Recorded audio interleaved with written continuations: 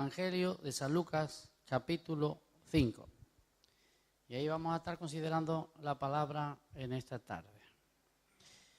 Bien, vamos a leer los versículos primeros de este capítulo 5.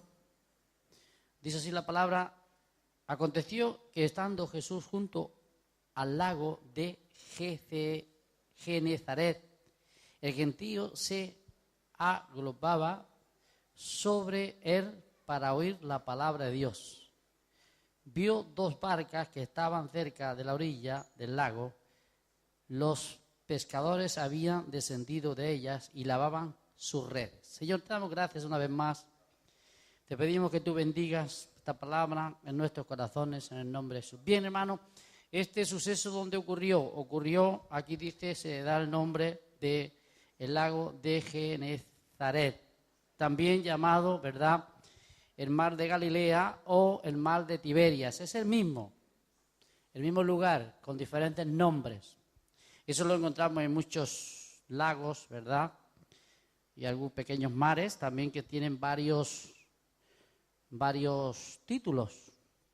Es como si aquí, por ejemplo, le dicen a usted el lago de Bañolas, también lo van a conocer como el Gran Lago de Gerona, o también ahora últimamente pues el lago de las Olimpiadas, porque fue donde se celebraron en 92 las Olimpiadas, a todo aquello que tenía que ver con el agua especialmente. Así que igualmente ocurre en este pasaje, para ubicarnos en el lugar que sucedió este hecho. Era el mar de Galilea. Por tanto, por eso había gran cantidad de peces. Normalmente en los lagos hay peces, pero no igual que en los mares. ¿Amén? Es un mar. Y se le llama así a este lugar. Y ahí fue donde ocurrió este suceso. Bien, dice que una gran multitud se acercaba para escuchar la palabra de Dios. Amén. Bueno, como siempre, usted sabe que muchas personas son las que vienen a escuchar la palabra de Dios, pero lo importante es cuántos retienen la palabra de Dios. Amén. Los que son verdaderamente prosperados y bendecidos son los que retienen la palabra, no los que la escuchan. Mucha gente escucha la palabra. Muchas personas nos escuchan en la calle, pero es una minoría la que retiene la palabra. Igualmente pasa en las iglesias. Somos muchos los cristianos en el mundo. Hay muchas iglesias locales, hay muchos movimientos cristianos, pero solamente Dios sabe los que retienen la palabra. Amén. Y esos que retienen la palabra son los que son prosperados, son los que son bendecidos. Así que tenemos que escucharla, pero también tenemos que retenerla. Bien, aquí encontramos una vez más a los discípulos. Anteriormente el Señor ya había hecho un llamado a los discípulos y les había dicho que fueran porque Él los iba a hacer pescadores de almas. Parece que los discípulos, al cabo de un tiempo, volvieron otra vez a sus labores, al trabajo.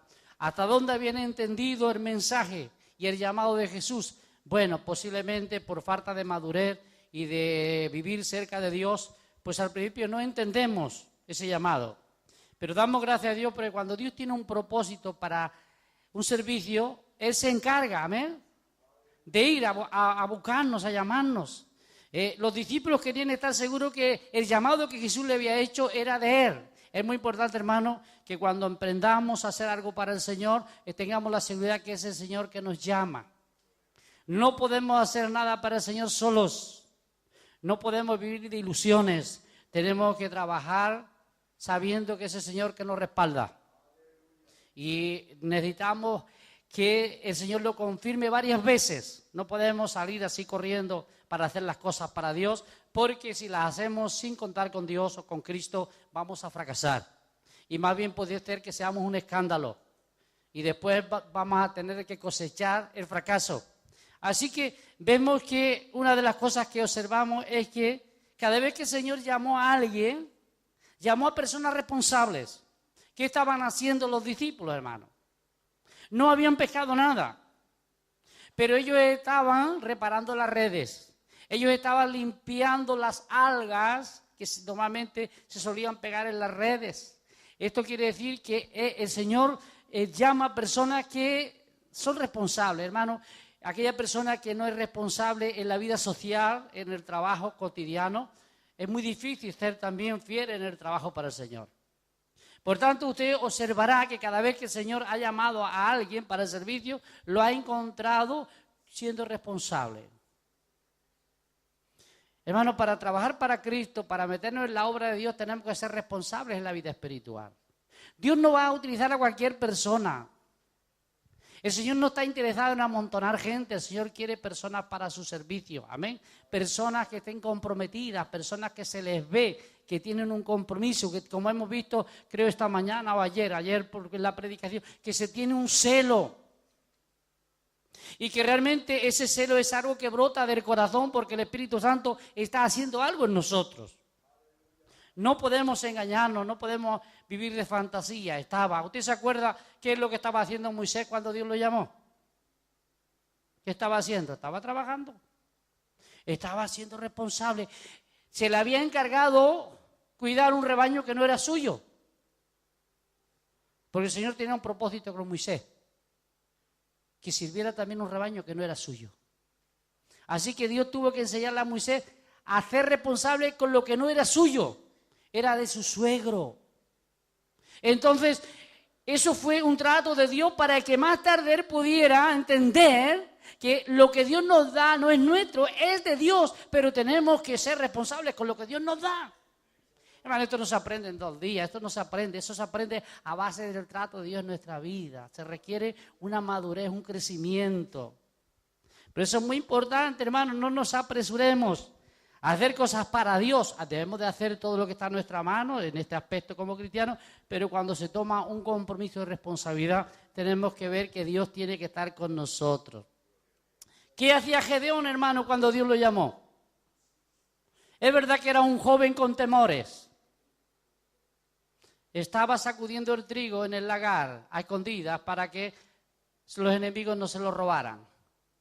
Porque estaban siendo robados en ese tiempo. Sus enemigos venían y cuando estaban las cosechas, ahí venían e invadían la tierra y se llevaban las cosechas de Israel.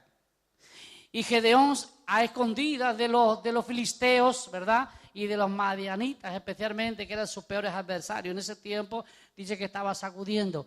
¿Qué estaba? Estaba trabajando. Estaba cuidando lo que realmente era suyo, era de su padre, era de su familia. Por tanto, vemos que era un muchacho que tenía responsabilidad, que tenía interés en cuidar aquellas cosas que Dios le había dado, que eran parte de su vida. Por tanto, hermano, se requiere un compromiso, se requiere ese deseo profundo de tener interés en las cosas de Dios. Entonces el Señor ve que estos hombres, aunque no tenían gran conocimiento espiritual, aunque simplemente había sido un llamado, pero vemos, hermano, que ellos eran responsables en la labor que tenían. Amén. Tenemos que demostrar en nuestra vida cotidiana responsabilidad, si queremos ser responsables para la obra de Dios. Es muy importante, hermano, que tú y yo demos un buen testimonio de responsabilidad en la labor que Dios nos ha encomendado o nos ha permitido en este mundo, porque si somos fieles en lo poco, el Señor nos pone en lo mucho. Pero si no somos fieles en lo poco, no esperemos que Dios nos ponga en lo mucho. Por tanto, tenemos que demostrarle a Dios que somos responsables. Entonces vemos que los discípulos, su trabajo, estos primeros discípulos, era pescar. Y aunque no pescaban, cuidaban las redes. Se preocupaban de tenerlas preparadas, de tenerlas limpias, dispuestas para la próxima vez que las echaran al mar, esperando.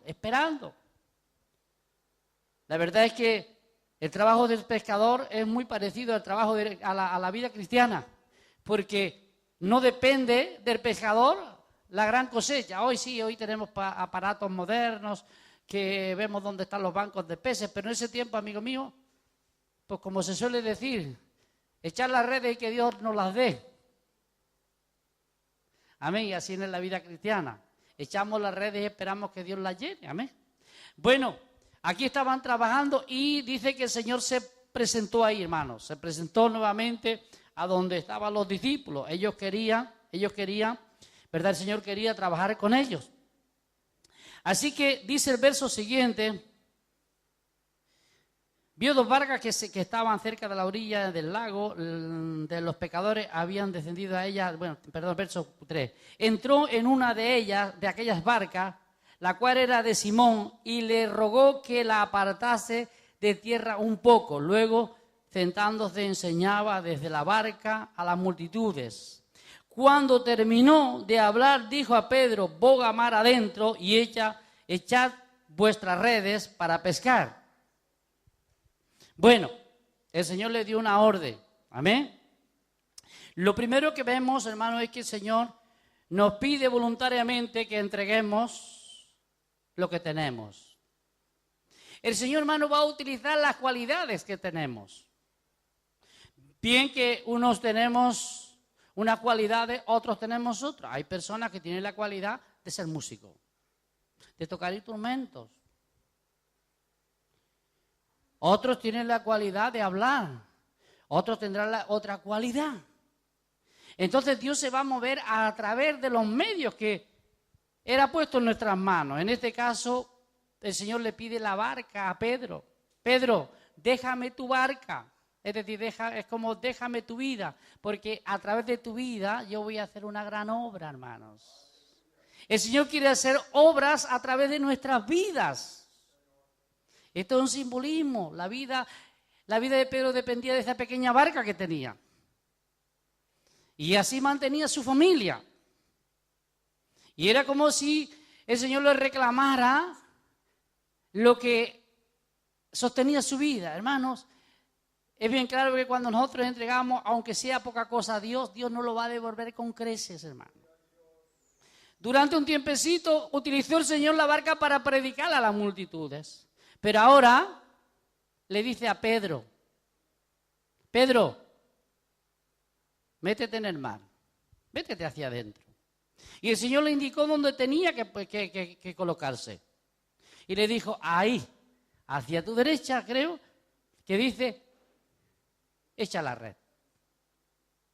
Ahora Pedro, como había pasado la noche en un tremendo fracaso, empezó a poner pegas, hermano. Si la noche antes no hemos pescado, si no hemos salido con las barcas vacías, ¿es que ahora va a ser diferente? Sí, porque ahora el que le está mandando que haga eso es Dios. Y hermano, cuando Dios nos envía a hacer algo, no fracasamos, ¿saben? Fracasamos cuando nosotros queremos hacer cosas por nuestra cuenta, ahí fracasamos. Pero cuando Dios nos manda a hacer cosas, no fracasamos. Lo tenemos asegurado, ¿amén? Tenemos la gran cosecha porque Dios nos manda a hacer esa obra. Y eso nos asegura. Por tanto, es muy importante que cuando nosotros emprendamos a hacer algo para Dios, sepamos que Dios nos manda a hacerlo. Y es muy importante poner atención porque el Señor nos dice cómo tenemos que hacerlo. Para eso, hermanos, se requiere una relación muy íntima con el Señor. Amén. Hay que estar en conexión constantemente con el cielo para que no nos equivoquemos. Es bueno la relación, bueno buscar a Dios, estar y dispuesto a escuchar su voz. Así que al final Pedro dijo: bueno, voy a ir para adentro. Amén. Voy a ir, tú me lo mandas, yo voy a ir. ¿Y qué ocurrió, hermano? Pues ocurrió algo extraordinario, que hubo una gran pesca. Amén.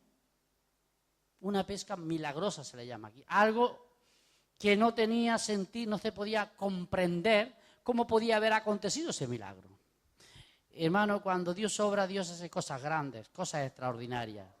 Cosas que van más allá de nuestra imaginación, más de nuestra comprensión, más de nuestras fuerzas.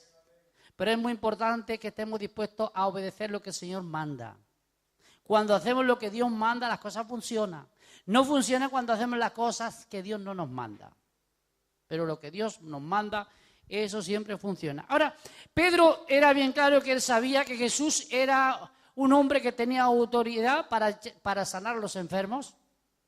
Él lo sabía. Pedro sabía que Jesús tenía autoridad para echar fuera demonios. Él lo sabía.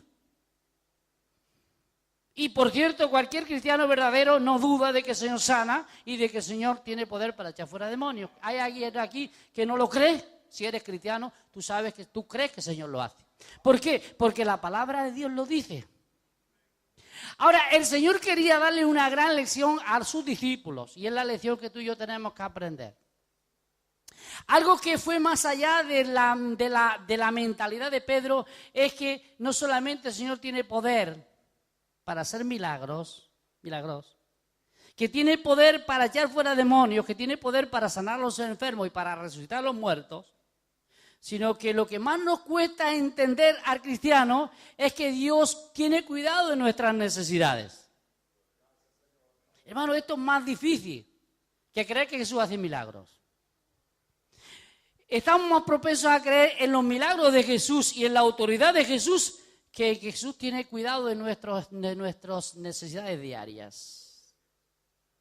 Y el Señor les quería demostrar, y esto es lo que realmente le trajo una tremenda impresión a Pedro, que este hombre también tiene cuidado de mis necesidades cotidianas. Porque ¿para qué era la pesca, hermano? ¿Acaso el Señor tenía hambre? ¿No podía comer todo lo que quisiera? Yo no digo que no comiera. ¿No era dueño de todos estos peces? Si Él hubiera querido comerse todos esos peces, ¿quién se lo habría impedido? Si Él le dijo, vayan ustedes a la red y ahí para que mis discípulos los cojan.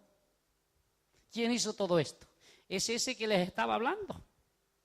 Pero el Señor quiere, hermano, que tú y yo entendamos que Él también vela por nosotros y por nuestra familia. Y esto es algo que cuesta entenderlo, hermano. Muchas veces nos esforzamos, luchamos, corremos para allá, para acá, buscando nuestras necesidades para cubrirlas, sin darnos cuenta que el Señor nos podría ayudar más de lo que tú y yo podemos ayudarnos. Si confiamos en Él, hermanos. Esto es lo que realmente nos cuesta a los cristianos, saber que Dios vela por nuestras almas, que Dios cuida por nuestros bienes, que Dios protege nuestra familia, que Dios protege nuestros hogares, que Dios protege todo lo que tenemos y que Él puede darnos todo lo que necesitamos. Así que era algo que los discípulos tenían que entender para poder servir a Dios. Hermanos, no solamente para servir a Dios tenemos que tener la seguridad que Él hace milagros, sino que si Él te llama para hacer algo, Él te va a alimentar. Ahora eso sí, que te llame, porque si no te llama, posiblemente vas a pasar hambre. Cuidado. Los discípulos habían sido llamados por Jesús para servirle, para ir a predicar el Evangelio. Les había hecho un llamado y no lo habían entendido bien. Y ahora el Señor quería confirmarles y quería respaldarles y quería mostrarles que Él tiene poder para sostenerlo todos los días. Hermano, si estamos trabajando para Dios, ¿cómo no nos va a mantener? Cuando nosotros estamos haciendo la voluntad de Dios, Dios, si es necesario, moverá cielo, tierra y mar para que a ti no te falte nada. Porque Él es dueño del cielo, de la tierra y del mar. Él pone en movimiento los mares, hermano. Él pone en movimiento la tierra. Pone en movimiento todo lo que existe con tal de sostener y mantener a aquel que se fía de todo corazón de Él, hermano. Él utilizará los medios que quiera. Le puede decir a un cuervo, anda y llévale carne a mi siervo. Y eso que los cuervos... Yo lo que no entiendo es cómo el cuervo llevó carne, si él se la tenía que haber comido en el camino, pero Dios le había dicho, se ocurra tocarla. Amén. Y el cuervo, en silencio, fue a llevarle todos los días carne a Elías. Y Dios escoge a una extranjera viuda a punto de morirse para que le alimente durante 3 años largos. Y no faltó la harina ni faltó el aceite, hermano. El Señor alimentó a su siervo y alimentó a la viuda y a su hijo. Esto nos da a entender que donde hay un siervo, donde hay una persona cristiana comprometida con Dios, no solamente es bendecido Él, sino todo lo que le rodea. Porque Dios bendice abundantemente, hermano. Esto es una de las lecciones que tú y yo tenemos que entender y que a muchos cristianos les cuesta toda una vida para entenderla, con lo fácil que es. Si vemos que cuando el Señor le dijo, Pedro, te voy a demostrar que tengo cuidado de las necesidades de tu familia, las necesidades tuyas. Y no te preocupes, que si yo te envío a predicar, si yo te envío a ganar almas, no te preocupes por tu familia, no te preocupes por tu vida, que yo tengo recursos para sostenerte, alimentarte y cuidarte todos los días. Eso sí, que Dios nos llame, porque era el Señor que estaba llamando. Hay que tener la seguridad. Pero recuerda que Dios no va a contar con personas que no tienen interés en las cosas, hermano. ¿Para qué queremos a una persona que no tiene interés? Una persona que lo único que quiere es ocupar un puesto para ser visto. Estar en algún lugar con el propósito de decir, mira, ¿quién soy? No. El Señor quiere que le sirvamos de corazón, hermano. Que le sirvamos porque nos ha llamado a Él para servirle. Nos vamos a encontrar dificultades, pero el Señor va a estar con nosotros, amén. Así que el Señor les dio una gran lección, hermanos. Cuando el Pedro vio este gran milagro, dice, apártate de mí, Señor, que soy hombre pecador. Se vio en su pecado. Se vio lo miserable que era. Apártate de mí, Señor, que soy hombre pecador. Hermano, una de las cosas que el Señor quiere que entendamos es esto, que somos pecadores. Y que solamente Él nos puede salvar. El Señor quería que sus discípulos entendieran que el único que les podía ayudar era Él. Que el único que le podía salvar era Él. Y Pedro, junto con los sus discípulos, entendieron que ellos necesitaban el perdón de Dios. Hermano, ¿cómo podemos ir a trabajar para Dios si no hemos sido perdonados? Hay gente que quiere trabajar para Dios sin tener una experiencia con Dios. Hay gente que quiere ir a trabajar para Dios sin haber aprendido y madurado en las cosas de Dios. ¿Qué le vamos a dar a la gente, hermano? ¿Qué le vamos a transmitir a la gente? Bien, lo mejor durante un tiempo nos sigue, pero los años pasan y el resultado se verá. Yo sinceramente soy un verdadero cristiano, yo no voy a seguir a una persona que no tiene compromiso con Dios. Yo he estado en diferentes congregaciones, movimientos durante tantos años y una de las cosas que me hacía a veces apartarme de ciertos movimientos era el poco interés que tenían en Jesús.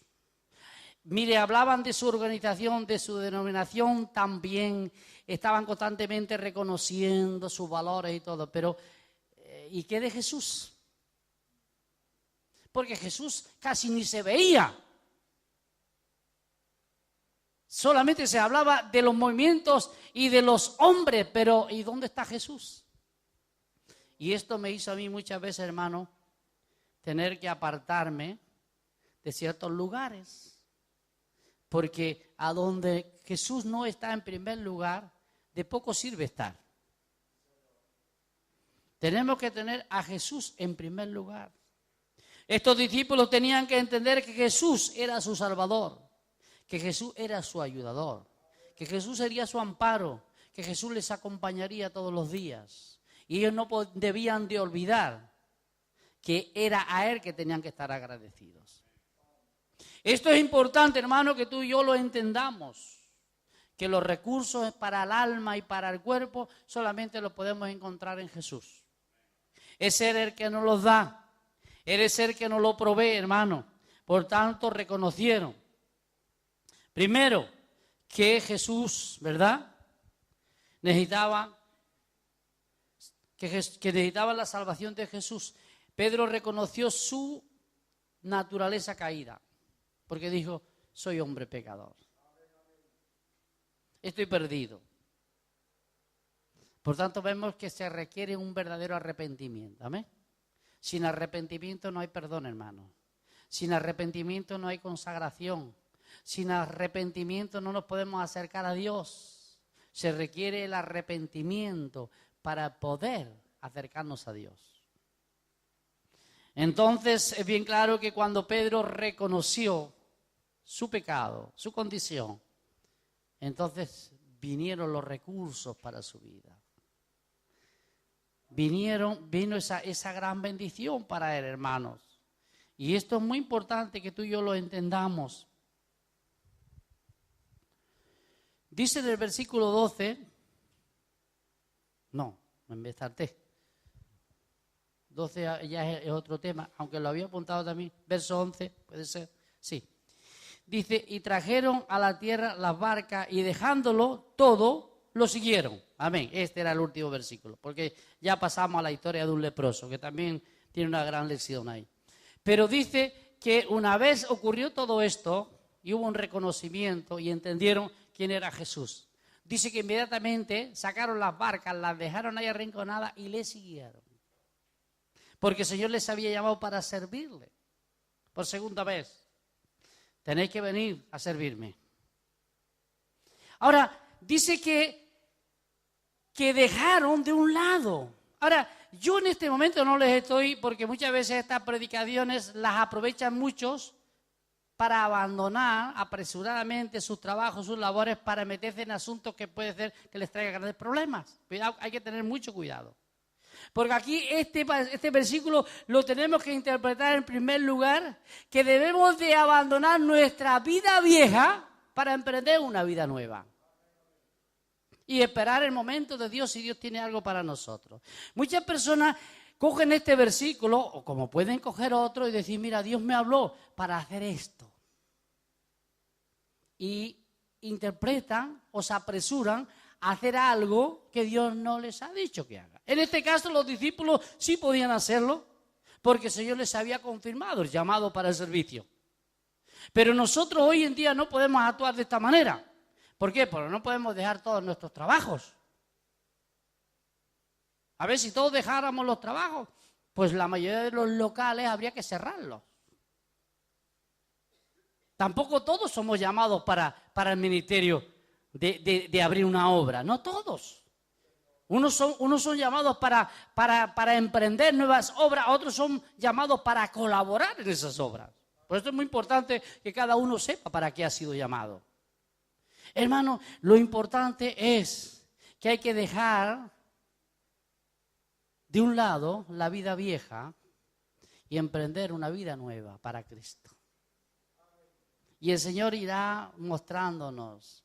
Ahora, si nosotros no hacemos como los discípulos, que estas barcas que representan esa renuncia a esa vida vieja para empezar a caminar con Cristo,